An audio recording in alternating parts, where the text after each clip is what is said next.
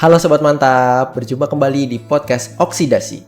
Obrolan terkini seputar standar dan regulasi. Bersama saya Rizky Firmansyah yang akan memandu podcast Oksidasi episode kali ini. Nah, episode kali ini teman-teman kita akan bahas tentang Peraturan BPOM nomor 27 tahun 2025 tentang standar kegiatan usaha dan produk penyelenggaraan perizinan berusaha berbasis risiko subsektor obat dan makanan. Tapi kita akan bahas spesifik tentang suplemen kesehatan dan obat kuasi. Nah, episode kali ini kita akan ditemani oleh Bu Asti, di mana Bu Asti ini adalah pengawas farmasi dan makanan ahli Madya, sekaligus ketua tim konsultasi suplemen kesehatan dan obat kuasi. Selamat siang Ibu. Selamat siang Mas Rizky. Nah, episode kali ini kan kita bahas tentang Per BPOM 27 tahun 2025 nih, tapi spesifik ke suplemen kesehatan dan obat kuasi. Nah, sebelum masuk, boleh sedikit dijelasin Bu, gambaran umum tentang peraturan itu seperti apa sih?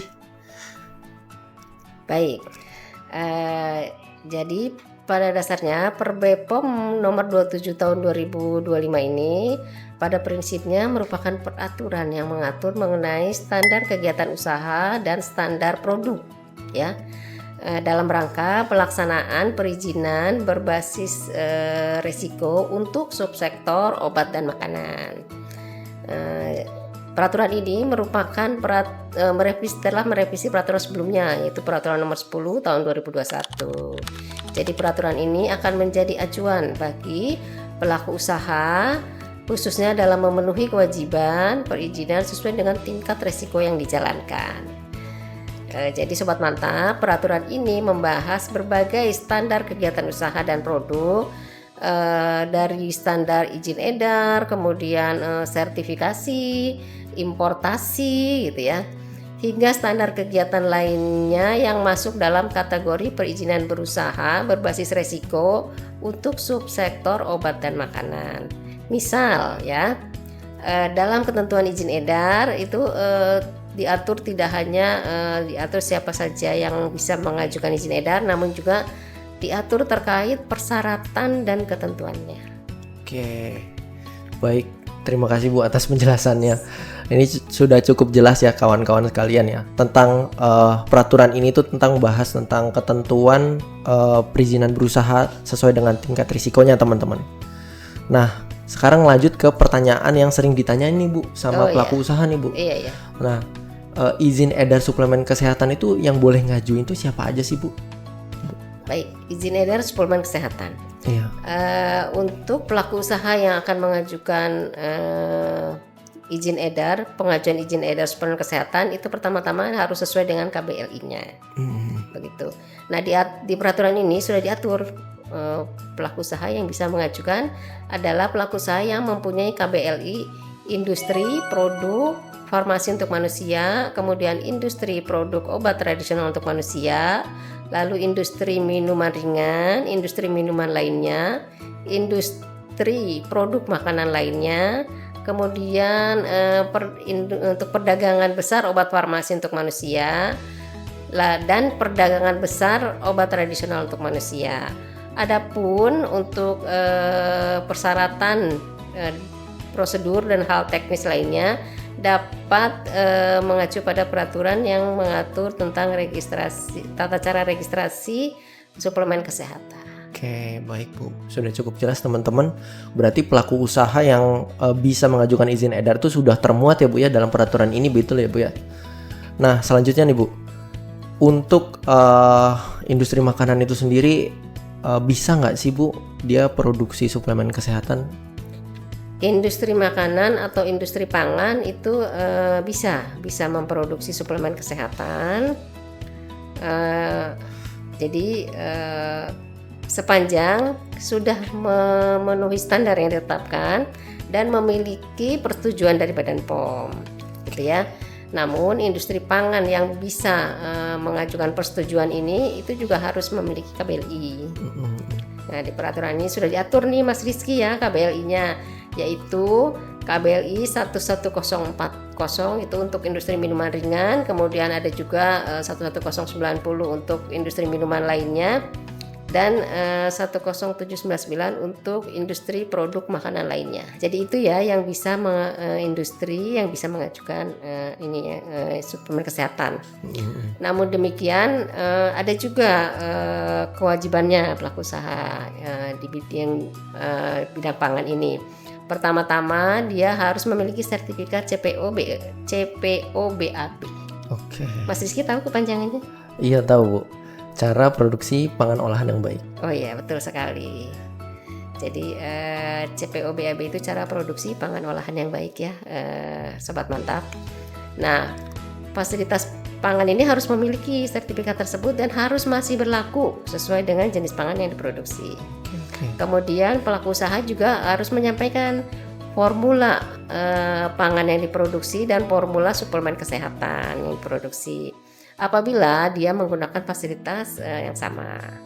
Kemudian harus dipastikan bahwa tidak ada kontaminasi antara si pangan dengan si suplemen kesehatan.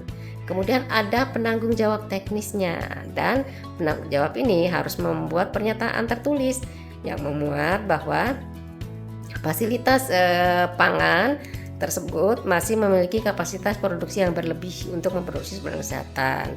Kemudian memiliki penanggung jawab teknis, Mas Rizky ya. Nah, penanggung jawab teknis ini dia harus membuat pernyataan yang memuat bahwa fasilitas pangan masih memiliki kapasitas berlebih untuk memproduksi suplemen kesehatan. Kemudian bahan aktif yang digunakan itu harus kualitas baik, pharmaceutical grade atau minimal food grade lah gitu ya.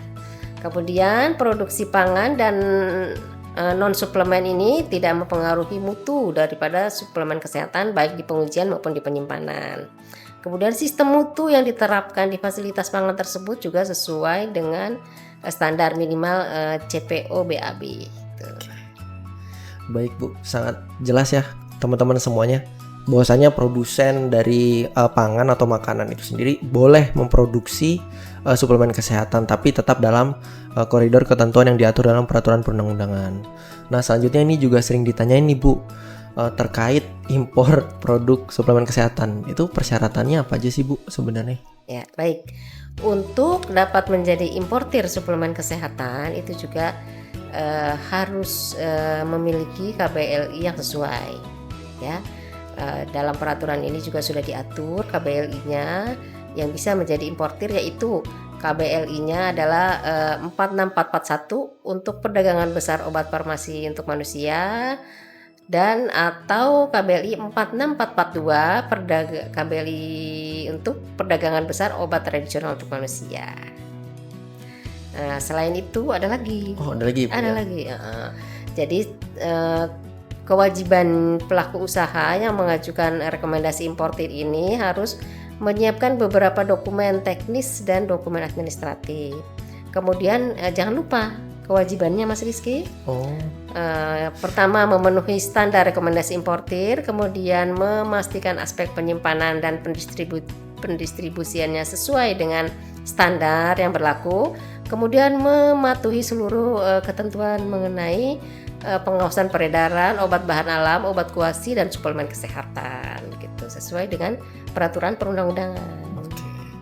Baik Bu, jadi secara ringkas importir suplemen kesehatan itu tidak hanya punya izinnya aja gitu ya, tapi juga harus punya rekomendasi importir dari BPOM ya Bu ya. Betul sekali. Nah, selanjutnya terkait rekomendasi badan usaha di bidang pemasaran.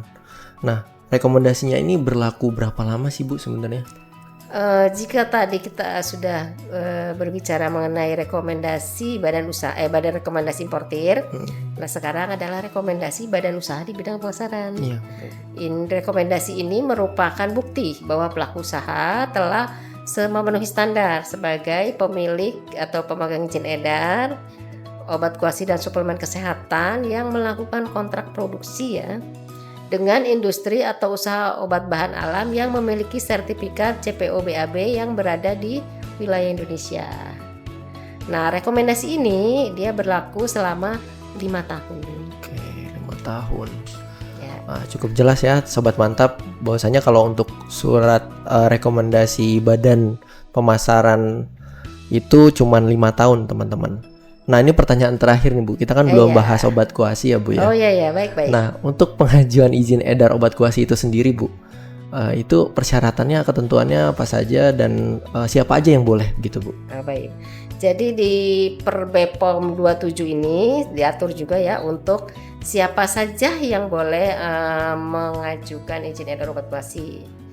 Di antaranya yang mempunyai KBLI 21012 itu industri farmasi untuk manusia. Kemudian KBLI 21022 untuk industri produk obat tradisional untuk manusia. KBLI 20232 untuk industri kosmetik untuk manusia.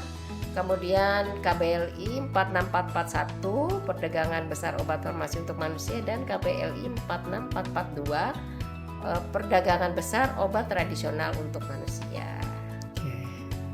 Nah, untuk persyaratan selanjutnya bila ingin mengetahui prosedur dan hal-hal teknis lainnya itu bisa merujuk ke peraturan Badan POM tentang tata laksana dan registrasi obat kuasi.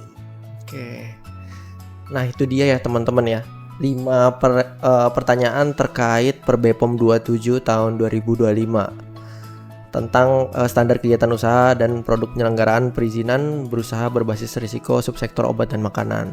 Tapi ini kita akan bahas tentang spesifik tentang suplemen kesehatan dan obat kuasi. Ya, betul. Terima kasih ya Bu Asti udah menemani kita dalam bincang-bincang kali ini. Mas Rizky. Ya, semoga bermanfaat untuk sobat mantap semua. Lebih lanjut, apabila terkait pemahaman dan implementasi itu ada yang kurang, kami buka kanal konsultasi di subsite standar strip otskk.pom.go.id. Oke, nah itu dia ya teman-teman ya untuk oksidasi episode Per BPOM 27 tahun 2025 nih teman-teman. Semoga podcast ini dapat memberikan manfaat dan pemahaman regulasi yang lebih baik untuk kita semua. Saya Rizky undur diri, sampai jumpa di oksidasi episode selanjutnya. Salam mantap.